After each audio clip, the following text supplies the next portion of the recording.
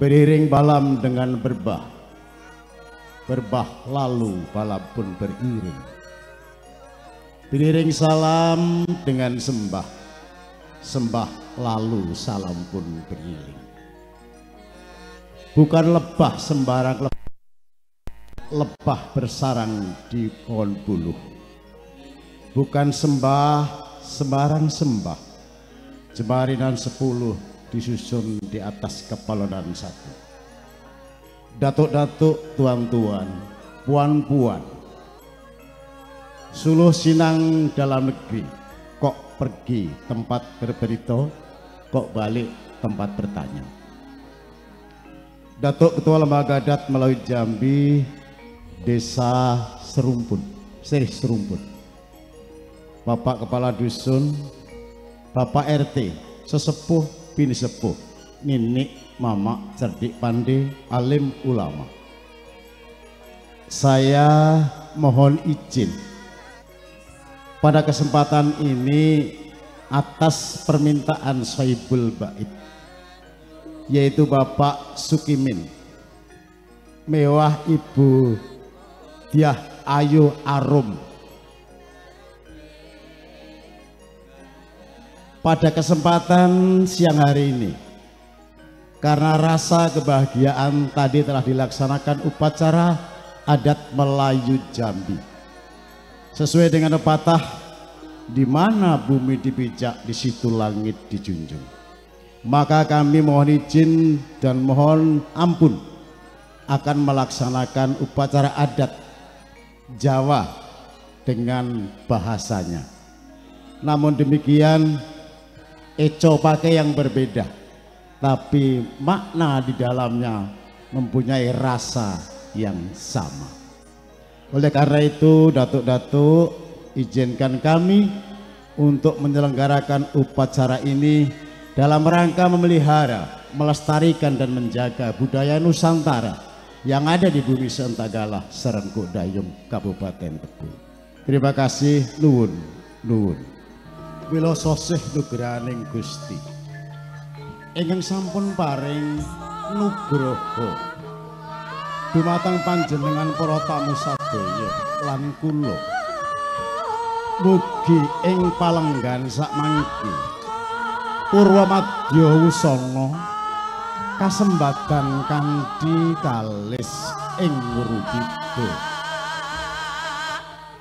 awrat netepi dawuh timbalanipun ingkang hamengku gati noninjih Rama Bapa Sukiman mewah Ibu Diah Ayu Arum S sarjana ekonomi ingkang mentas kewala kala wau dalu tabuh wolu sampun kasembatan netepi dharma dharmaning tiyang sepuh noninjih ndhawuhaken putra piniji ingkang sinambating wangi Diah Roro Ayu Husnul Khotimah sarjana komunikasi lan kadhawuh kaliyan wong bagus Ahmad Muhajir Putratmaja Bapak Tafsir mewah Ibu Atminah tebih saking kita Jawa Tengah Banyumas.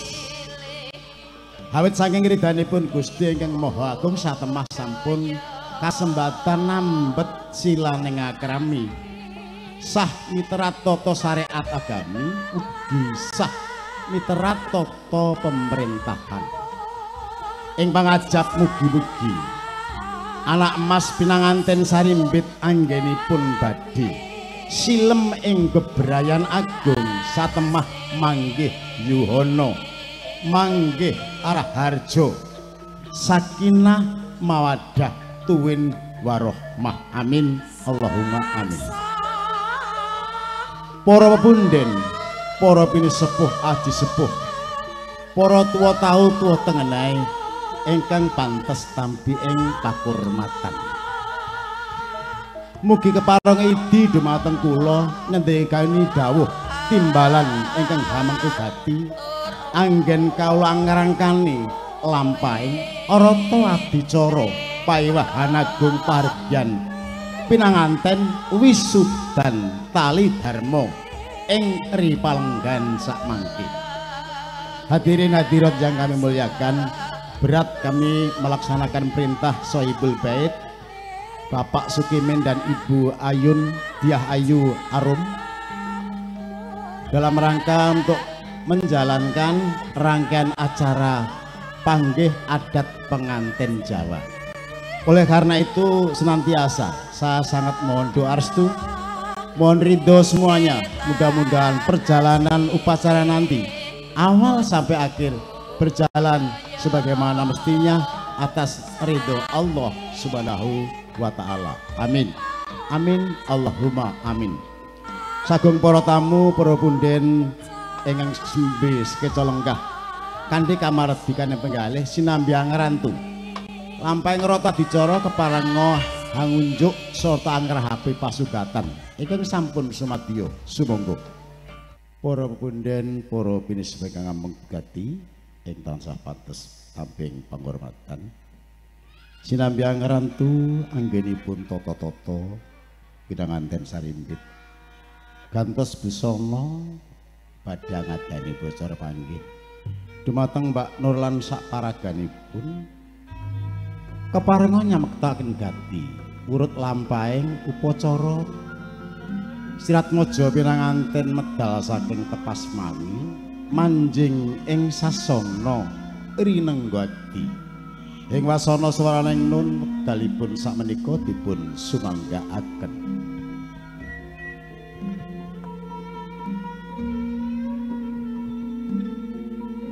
Dumateng Bapa Sukimin Bapak Ibu keparenga jengkar saking palenggahan tindak dalam lebet hangandi pinanganten putri manjing ing sasana rengga.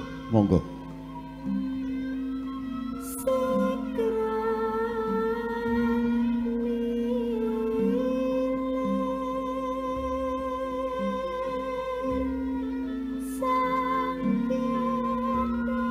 Para pepunden, para pinsepuh aji sepuh ingkang hampek budi dharma, hadirin hadirat yang kami muliakan, menggah urut lampah pinanganten putri denya manjing ing sasana rinengga ati menawi kaprah disebut ing sanggar pewangonan.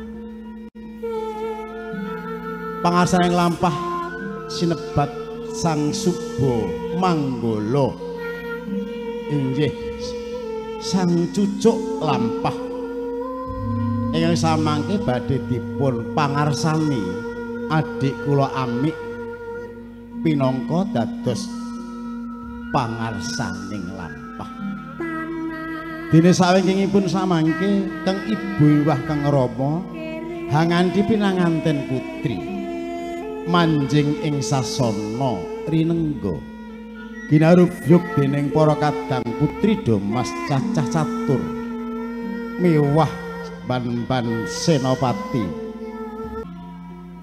Dene ing paling sawingkingipun mangke pranata rias ingkang angayahi gati katingal awit saking gunganing penggalih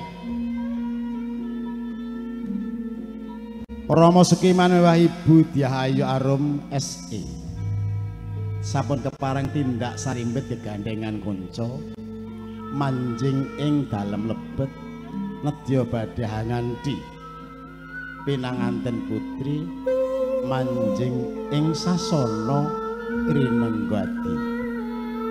Hadirin hadirat yang kami muliakan, tadi kita saksikan bahwa Bapak Sukimin dan Ibu telah memasuki dalam belakang dalam rangka untuk membawa mempelai putri memasuki arena pelaminan. Sebentar lagi akan dilaksanakan upacara panggih pengantin.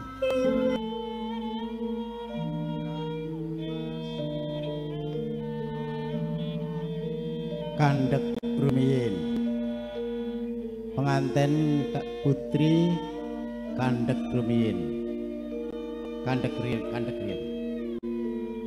mengke diabani.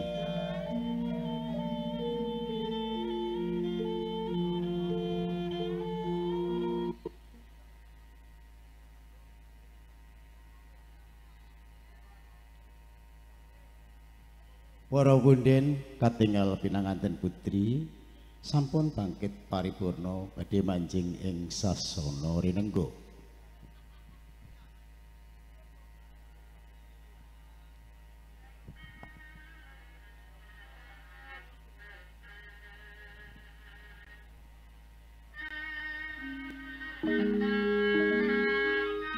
Sorote kang padhang hanelahi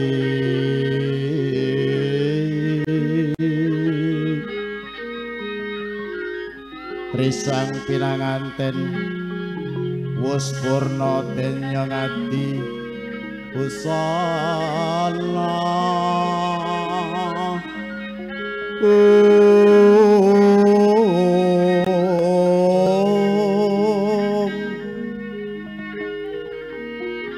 arsa manjing ing sasana rinengga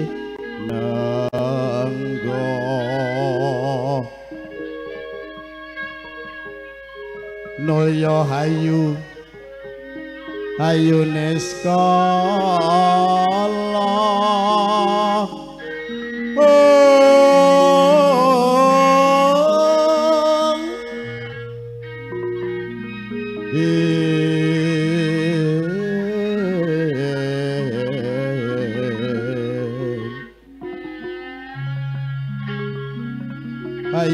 hayu neskala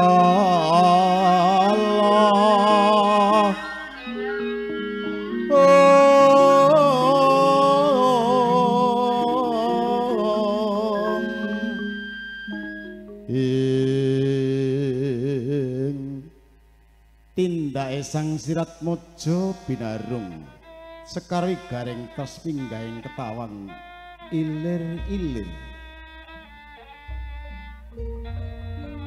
Monggo tindak kala teja maya-maya tejane kang anyar katon. Lah punika mustikaning payahan agung noninjih wong ayu husnul khotimah sarajana komunikasi putra kinasih Bapak Sukimin Mewah Ibu Diahayu Arum S sarajana ekonomi bangkit paripurna deni rahangadi busana tata cara Surakarta hadining rap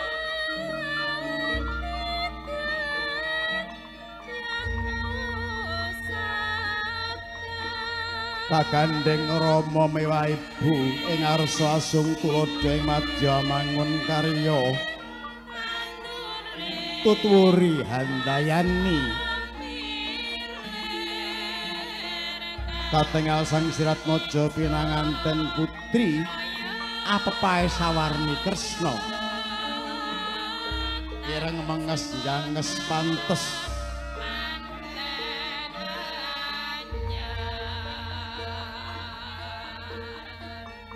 ukel gedene sak tebok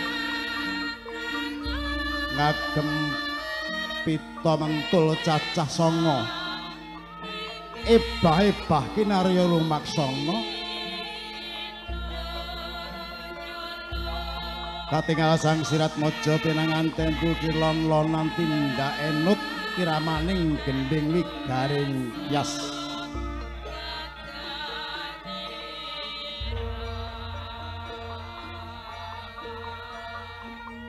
pangarsaing lampah Mbak Amik sampun nedahaken mergining kautamen denya pinanganten putri manjing ing sasana rinenggadi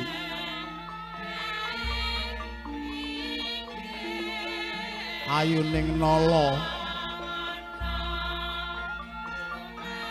ales nanggal sepisan idep kidewa pinentang brana mancung unturata wiji timun eseme ngrenggani lati jongga ngolan-olan dodo muntap lirik netap kadya cangkir gading pinigit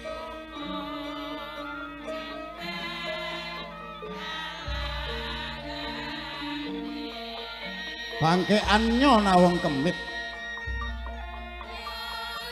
upamukan gasir dari jika dioler cabeo keng paranojo kaya keting busana nata pating galebyar pating cumalorot ilang sipating jalma nganti kaya widodari hangeja antah wonten ing pasamuan agung kalares dalemipun Bapa Sukimin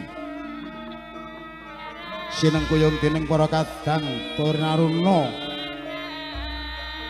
sami sayuk saekja kapti nderekaken paring donga suci dumateng pinanganten putu denya badhe ngadani upacara pangging Siratmaja monggo dipun papanaken uga rampe dar kalimah kangge sarana panggih pinanganten dipun papanan wonten sangajenging dapur wonten sangajenging Bali Asri Winangun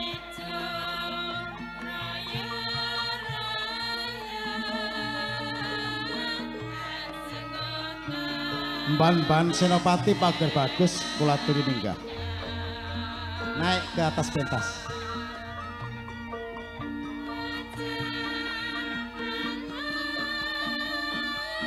Yang dua mana?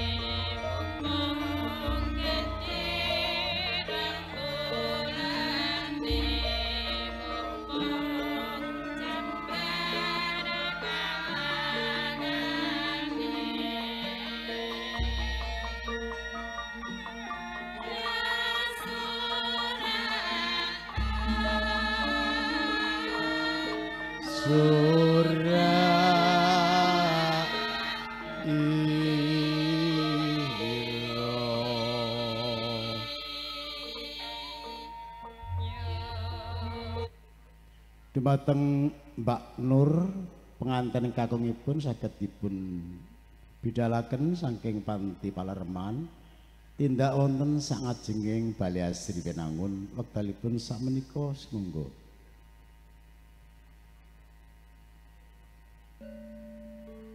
Enjing bidhal gumuru saking panggang negeri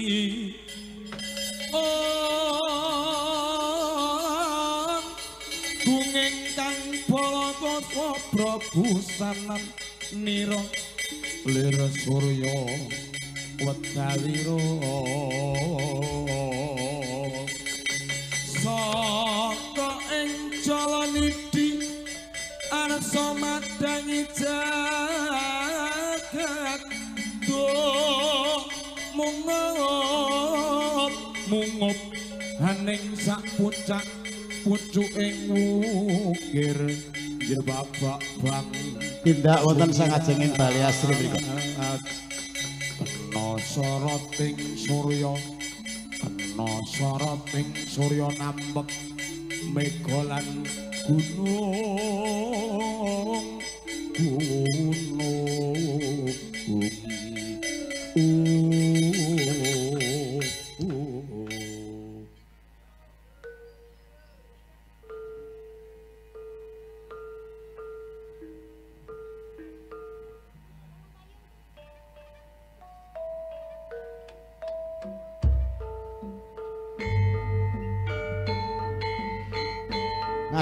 ngajeng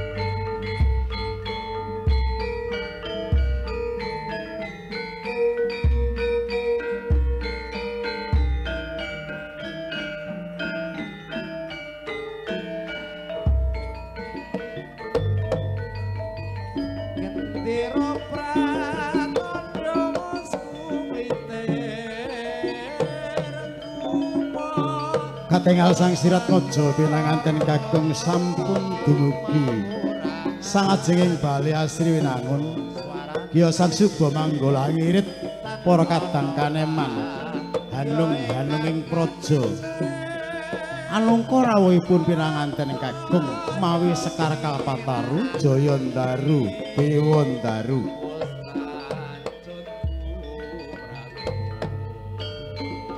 menapa temenggah darunanipun Sekar Kalpataru Dewandaru menawi kaprah sinebat kembar mayang kedadosan saking janur ingkang rinunce edilubung mahanani bilih janur mekaten sejatining nur pramila kanthi sarana janur mugi-mugi sirat mojo pinanganten salimpit cipta rasa miwah karsane sampun nyawiji kaiket mustakaning kalakrama menawi nggih sah miturut tata cara agami bisa miturut tata cara pemerintah watekipun hayu hayu arah hayu engkang pinanggih sacaket tindake sang Suba Manggala Putri hangirit ban-ban senopati hanganti punang kembar mayang ih Kalpataru Dewandaru Jayandaru tanggaping sasmita katingal sirat mojo pinanganten kakung wong bagus Ahmad Muhajir sampun agem busana nata keprabon Surakarta Hadiningrat ngagem kulu goro kalung oncen melati kadya taksaka rumembe arum gandane mangambar-ambar wonten sajroning sasana paewahan agung sinjang sida mukti ageman tinaratesing prada pating karalap pating karalip tindake sang sirat mojo pinanganten kakung nganti kaya ratu cedhahing cangkrama netepi daramaning agesang ngancik ing alam madya tegesipun alam kadewasan dungkap sampun hanganti Sekar Kalpataru Dewandaru Jayandaru ing mriku badhe kasambut pinanganten putri netepi daramaning agesang upacara panggih. Hadirin hadirat yang kami muliakan, tadi ada seorang nom-noman dua membawa kembar mayang. Ini memberikan suatu kias bahwasanya kembar mayang ini dibuat dari janur. Artinya apa? Pohon kelapa itu dari mulai akar, batang, buah, daun, semua bermakna. Diharapkan dengan kembar mayang ini pengantin berdua mudah-mudahan bisa memberikan manfaat kepada kalayak pada kehidupan semua ini, sehingga hidupnya akan sejahtera bahagia sesuai tak upaya seperti daun kelapa yang berguna kepada siapapun juga. Para punden, para pirsa ingkang ngambek Buti Darma, katingal sampun tata-tata keparenga pinanganten putri dipun jengkaraken saking panti palenggahan tumuju ing sasana panggih.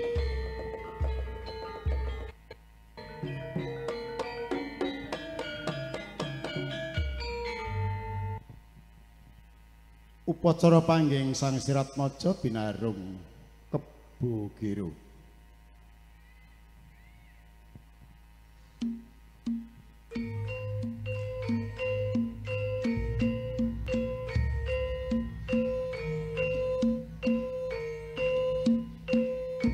Daya-daya sirat maja pinanganten putri kepareng jumeneng saking sasana palenggahan tumuju wonten sangajenging bali asri netepi darmaning gesang ngadani upacara panggih kadhereken para putri Domas cacah catur.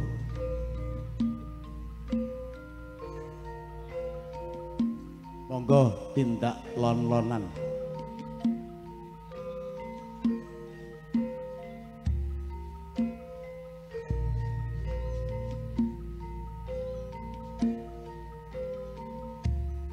atut runtut reruntungan keng rama ibu di pinanganten putri kanthi daya donga pamuji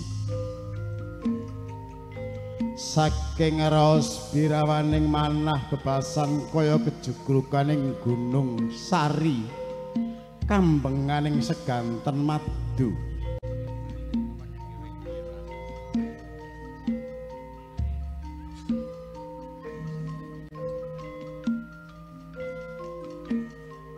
Tindaing sang Sirat Mojo pinanganten putih kadheraken putri Domas cacah catur ingkang ayu ayuning nala kembar busana warni kresna tinarete sing prada kencana legan dereng winengku ing priya nimbi resep parigyan panggih Sirat Mojo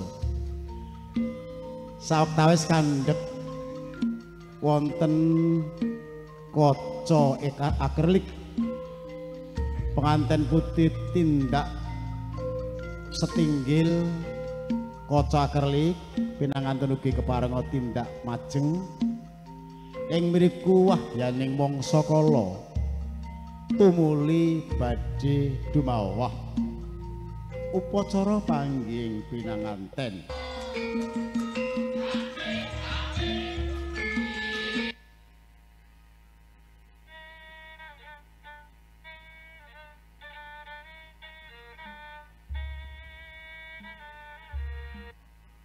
Para punden katingal sampun sapejagong wahyaning mangsa kala panggih Sirat Mojo nuli badhe kawiwitan mawi bindri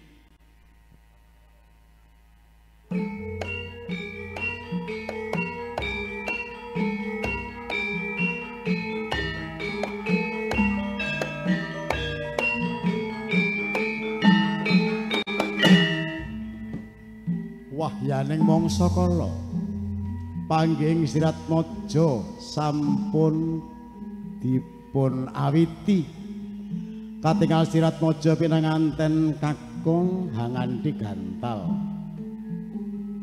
kedadosan sang sedah tinang sulanging benang-wenang jangkap sak baku klembak pinanganten kakung anggantal suruh winestan gondang tutur dene penganten putri winestan gondang kasih kakung kedah ngayomi paring dana kaya mring putri dene putri kedah tansah bekti mring kakungipun kapratandha kanthi upacara gantalan suruh jarwa dasake miterat leluhur rumiyin selak kepengin weruh pinanganten kakung mewah putri ing mriki dumuging titi wanci wahyaning mangsa kala sampun jejabatan asta urung mesep jroning kalebu nyawiji cipta rasa mewah karsane anggenipun badhe sileming bebrayan kanugrahan ridho Allah ridho walidin donga para kathah sageta kasembatan netepi daramane agesan ngancik ing alam madya tukar kembar mayang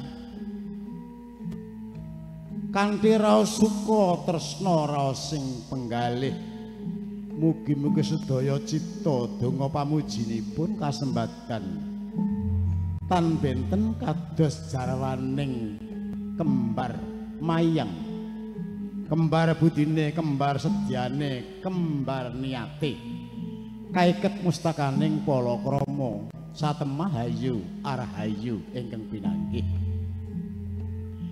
katingal hamari kelu piranganten putri nyaketi samparanipun ingkang kakung kepareng ngadani upacara pijak tigan kersa kepadhe hang wiji ampeanipun dene tigan mekaten pratandha bakal wiji ing pangajab anggenipun bangun bali griya enggal dipun paringana nugraha putra tuwin putri pinaka kangge panerusing sejarah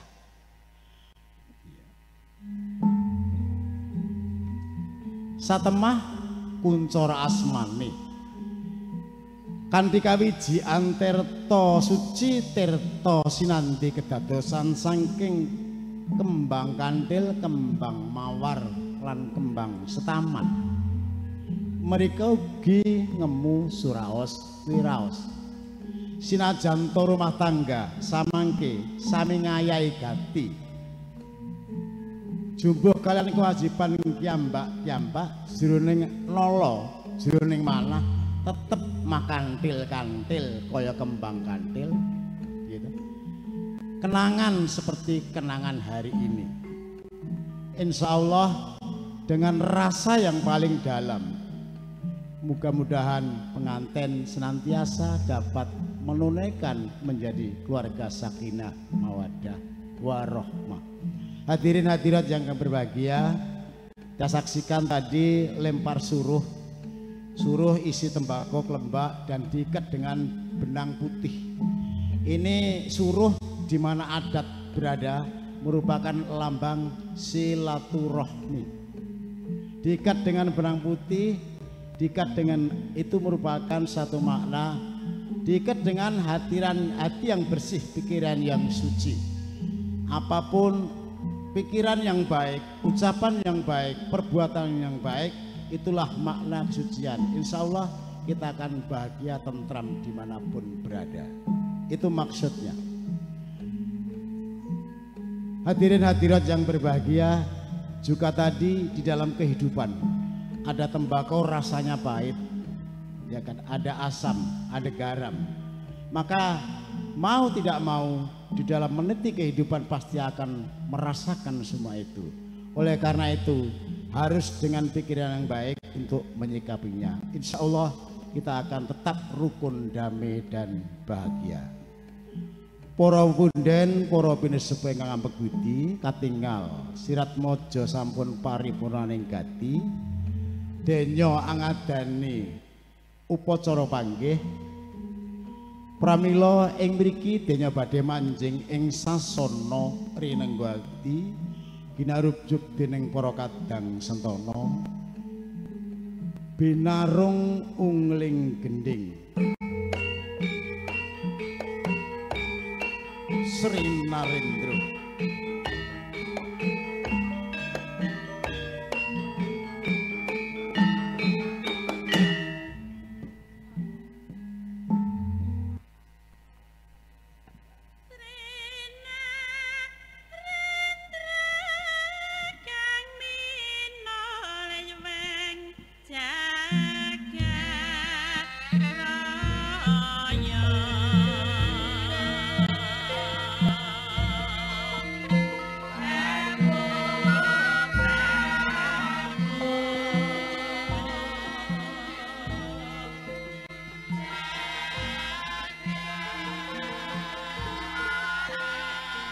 Tata sing ratri gumandhing rina katingal padang tetrawangan sakjroning sasana pawahan agung. Ana eden-eden ingkang maneka warni delancang rinunce wewangonan sarwa edi nyengkuyung parigyan wisudan tali dharma kalares wonten dalemipun Bapa Sukimin mewah Ibu Diahayu Arum. Netepi darmaning sepuh Hamisuda wisudan tali dharma ingkang putra pinanganten Sarimbit. Yah Rorayu Kusnul Khotimah sarjana komunikasi. Kadhap kanewong Bagus Ahmad Muhajin gegandengan konco tan ginggang sinajan to namung sakrikna ingkang karaka mulat ingkang garwa kang garwa mbalang liring netra tempuring pandulu babar tresna asmara tanpa kadi kasuwun tebih saking tlatah Wirata Agung Diahayu Mbak Ami netepi kautamaning galih nedahaken mergining kautamaning arsa asung kula Madya mangun karya tuturi handayani nedaken mergining kautamen denya badhe silem ing bebrayan.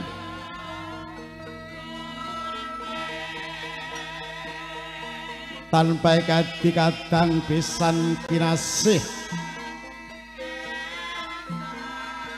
Bapak Tafsir miwah Ibu Atminah ugi ndherekaken jengkaring Sang Siratmojo sapecak satindak tansah jurung pamuji paring donga dumateng pinanganten.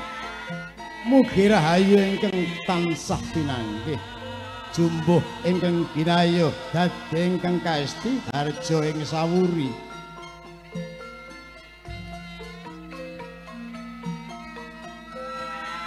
Katingal Siratmojo pinanganten so caket tindake minggah ing sanggar pewangonan kairet Rama wae bumawi sindur warni rekta tinarete sing warni seta lamun putih lan abang manunggal sawiji ing kono dadi panguripan. Putri Damas Banban Senopati Jagirut rentenging praja jampang tindahing Sang Siratmojo sembodotan mingkuing pakewuh sentosa ing kardi pinanganten sampun dumugi ing sasana Renengga gya angadani upacara sak candhakipun kanthi padaning gending. Pager bagus ditata diparingi kursi wae. Diparingi kursi dua-dua. Kanan kiri. Yo yo. Nggih, lenggah kanan kiri. Monggo Mbak Putri Damas lenggah.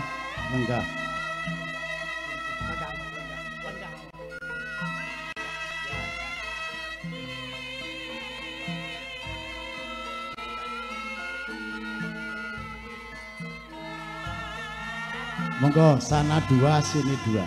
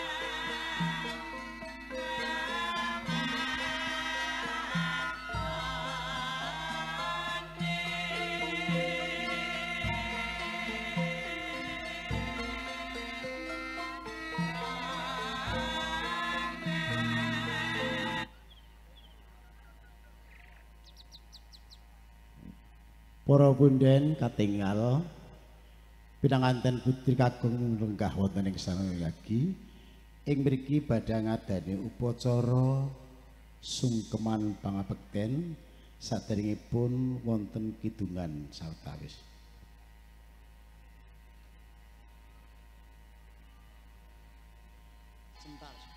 Sekedap, Pak.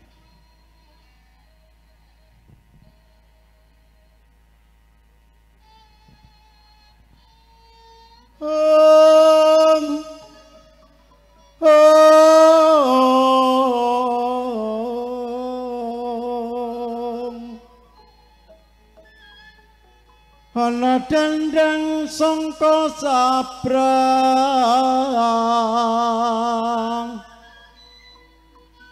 apa to rupane dandang lae dandang curiga mewah pedang.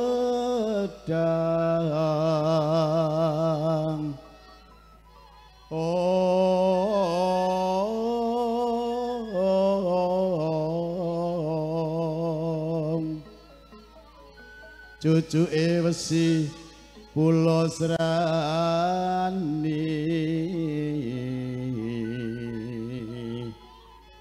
aja nyucuk Sri Sadana cucuken sorap sawane Wong Sukerto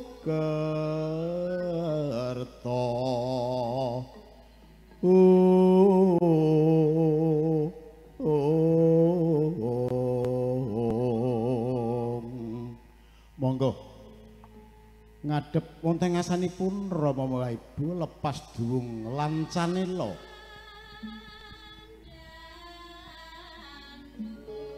ora pepeh tindake pinanganten putri nyaketi unggane Rama Ibu hamari kelu wonten ing jejenku suasana katon kewes tanana sabawaning walang alisik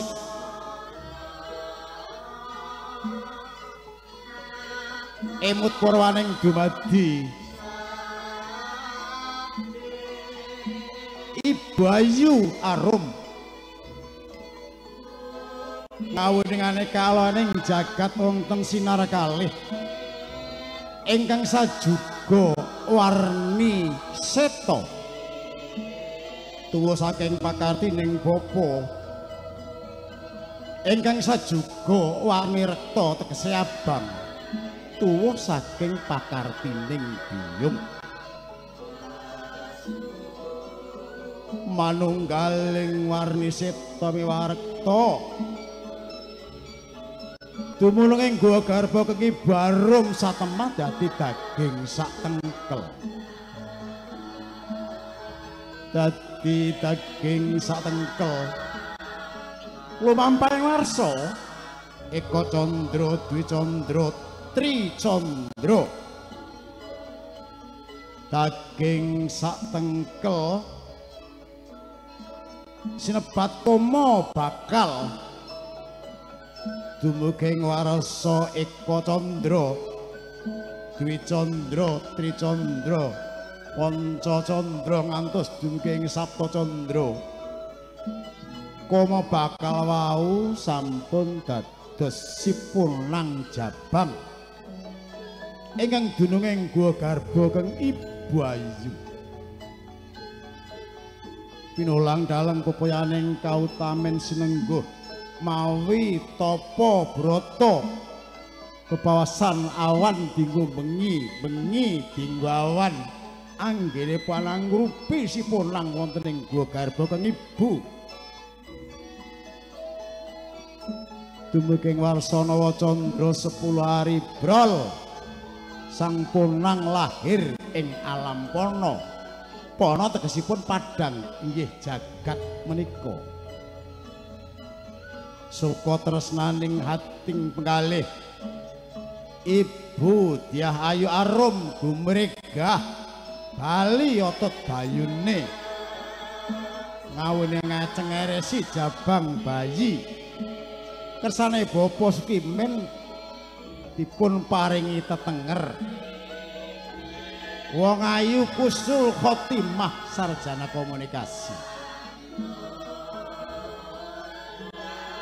cilik ditik-itik gedhe didomo-domo kawuryan sampun kasembadan lulus ing pawiyatan ageng dadi sarjana besok yen anakku wis tinemu dewasa winengkuwa kula ingkang sembada berbuti bawa laksana tangguh tanggen tanggel jawab mila kapireng wising Gusti satemah kasembadan ewekdal ripani panggara menika Husnul Khotimah sampun kadhapung Bagus Ahmad Muhajir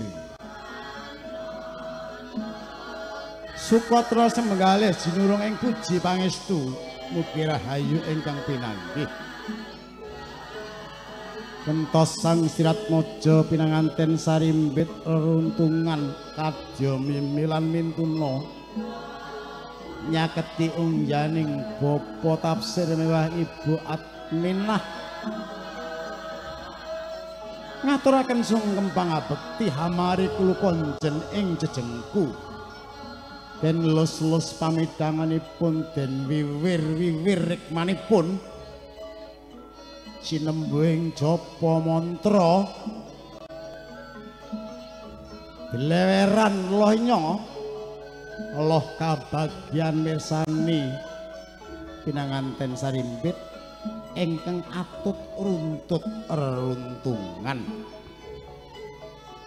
Hadirin hadirat yang berbahagia, itu tadi ritual mohon doa restu kepada kedua orang tua.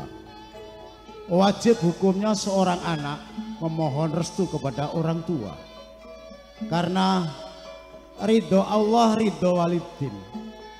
Ketika anak mendapatkan ridho orang tua segala hal, insya Allah akan diberikan kemudahan dan jalan keluar dalam kehidupan di alam bebrayan ini.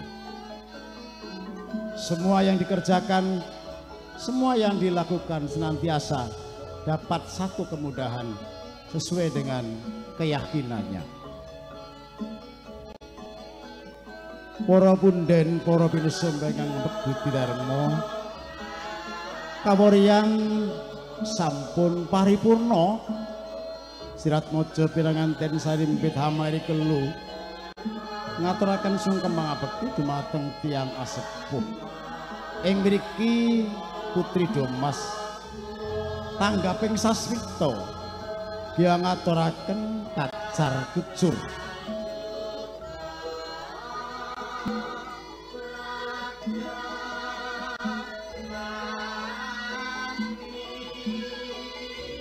Monggo.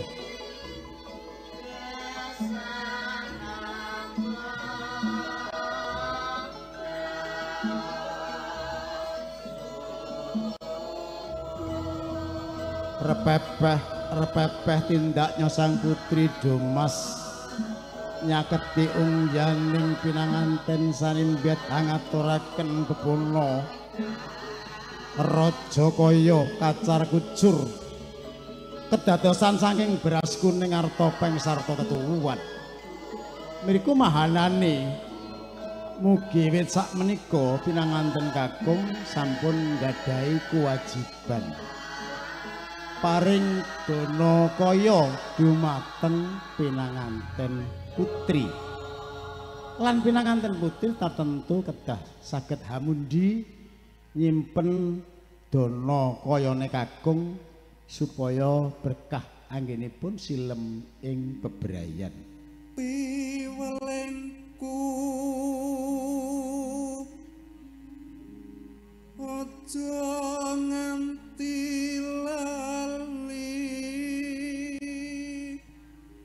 Monggo pengantin putri sinambi nampi Raja Kaya dipun midhangetaken pitutur luhur mawi sekar pucung dawah dandang gula menika seserpan kangge makesangan dumateng para penganten anyar. Monggo dipun midhangetaken. Yuwa kongsi tukar patu tansah eling sajroning ati kuat nampa panandhan tatan gampang mutong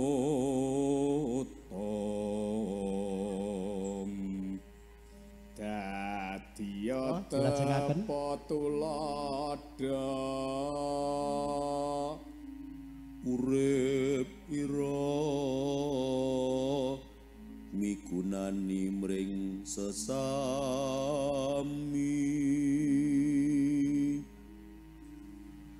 rahayu kang pinanggya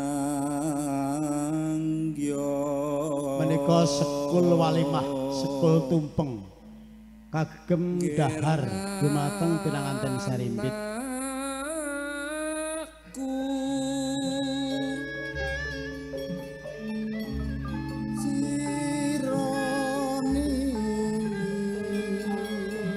dulang dinulang sinambi angrahapi sekul walimah.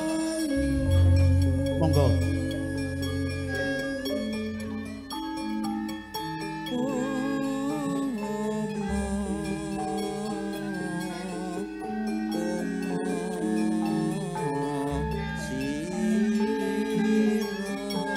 Dipun buka tumpengipun, dibuka potong.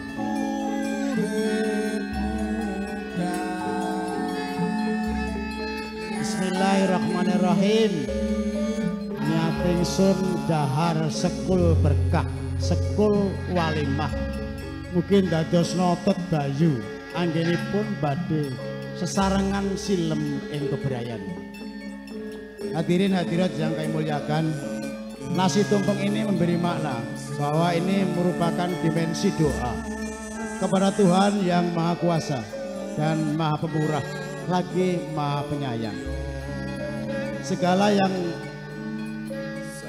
tumbuh dari hasil bumi, maka ini menjadi syarat kehidupan bagi kita makhluk semuanya. Maka wajib hukumnya kita senantiasa selalu bersyukur kepada Allah Subhanahu wa Ta'ala. Semoga semua menjadi berkah bagi kita semuanya.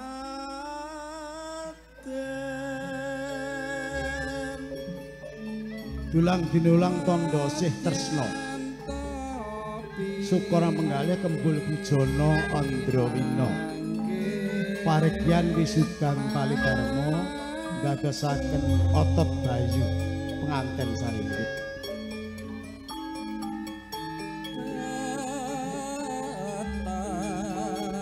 Tasih wonten perangan upacara ngunjuk tirta sinandi.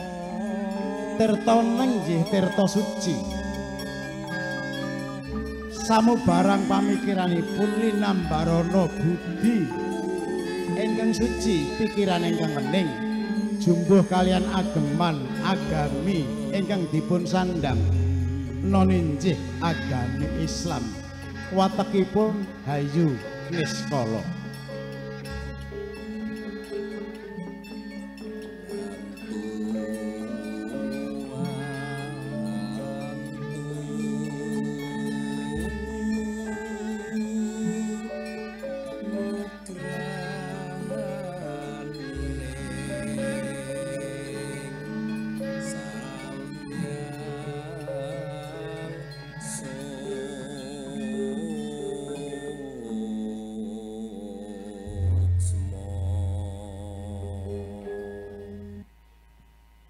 Para pepunden, para bini sepuh aji sepuh ingkang kampek budi, pungkasaning gati upacara sungkeman pangabekten kapratandha sesaji ingkung menika ugi ngemu suraos wiraos bilih sedaya ingkang dumadi wonten ing alam donya menika awit saking kersanipun Gusti ingkang wenang hanyipta.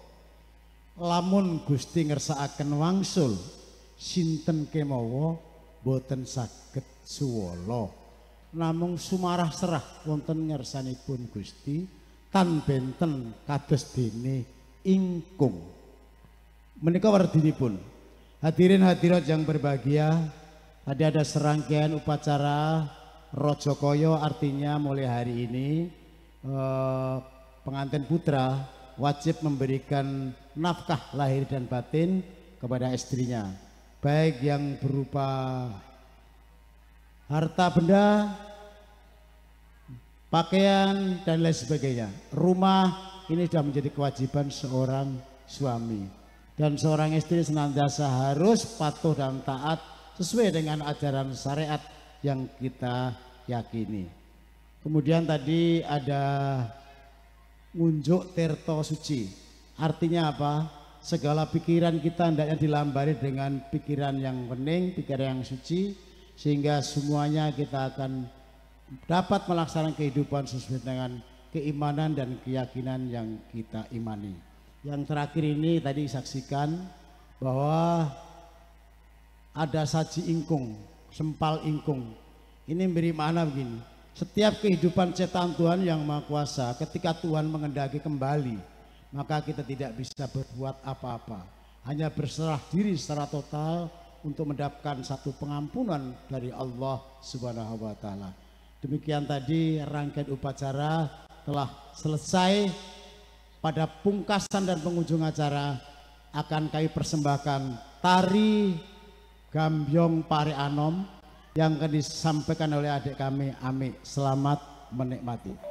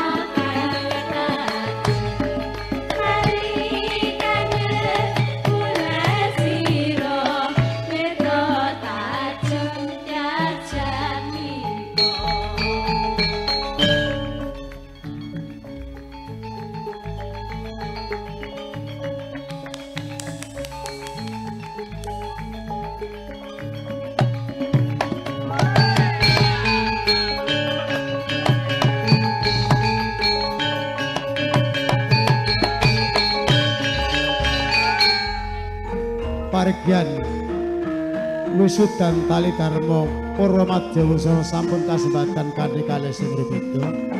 Mbok bilih anggen kula ngrangkani lampahe ngrata bicara kirang tata titis sarta titis mugi diagung ing pangaksana ing wasana jaya jaya wijayanti mugi tansah pinanggih karayun jaya ingkang winisuda jaya ingkang hamengko karya jaya para samya khusus untuk Ketua Lembaga Adat Malawi Jambi di Desa Serimpun. Kalau ada sebilah galah jangan diletak di dekat kemudi. Kalau ada kata-kata kami yang salah mohon maaf sepenuh hati. Billahi taufik wal hidayah. Wassalamualaikum warahmatullahi wabarakatuh. Waktu saya kembalikan sepenuhnya kepada kita Bayu Musik.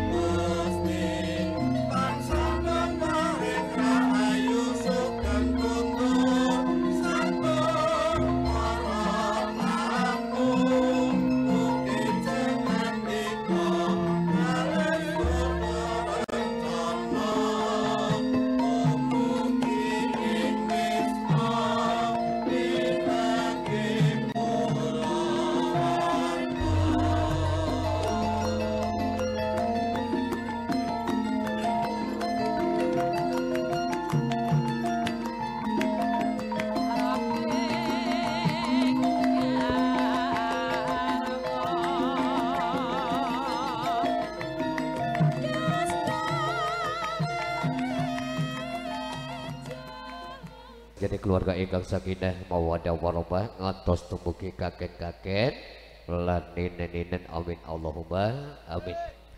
Dan juga tentunya kami mengucapkan thank you banget buat rekan-rekan jajaran panitia Yang kali ini juga terbantu dari atas pentas dari segenap tamu kehormatan yang sudah memberikan doa restu buat Raja dan Ratu sehari. Tentunya buat saudari Kusnul Khotimah Eskom dengan saudara Ahmad Muhajir, mudah-mudahan kembali dari personel kita Bayu Son sejuta umat selalu mengucapkan selamat untuk menempuh hidup baru. Mudah-mudahan menjadi keluarga enggang sakinah mawaddah warahmah. Dan juga nanti dari konco-konco jajaran panitia yang mempunyai talenta-talenta suara emas, suara perak ataupun suara perunggu panjenengan, jangan lupa hadirkan satu persatu atensi pamundutan, mudah-mudahan dengan jari lentiknya Mas Edi dan juga ada Cak Mul untuk bisa memberikan yang terbaik buat panjenengan semua. Namun kali ini kami coba satu nuansa tebang-tebang yang cukup kalem, yang cukup lawas, persembahan bersama Gita Bayu Son sejuta umat. Namun sebelum satu hadiahnya tebang-tebang spesial buat Anda, namun juga kami informasikan buat yang mempunyai satu kawasan, tentunya Desa Sekutur Jaya yang ingin menggunakan jasa perlengkapan pesta baik dalam rangka walimatul khitan, resepsi pernikahan, jangan lupa hadirkan di tengah-tengah panjenengan bersama tata rias ada Ibu Haja Endang, rumah makan Sari Ros yang berdomisili ada di Jalan 8 Unit 2 Rimbo Bujan. Dan juga thank you banget ribuan terima kasih buat satu partner kerja wonten DBS Shooting TV-nya Wong Punyo Gawe, dan juga buat rekan-rekan dari jajaran fotografer ada di Fotokomo. Sajian satu persembahan tebang manis bersama Gita Bayu engkang dipandeglangi Roko Mas Aris yang berdomisili ada di Jalan 1 Unit 2000 Bujang, spesial buat rekan-rekan jajaran panitia.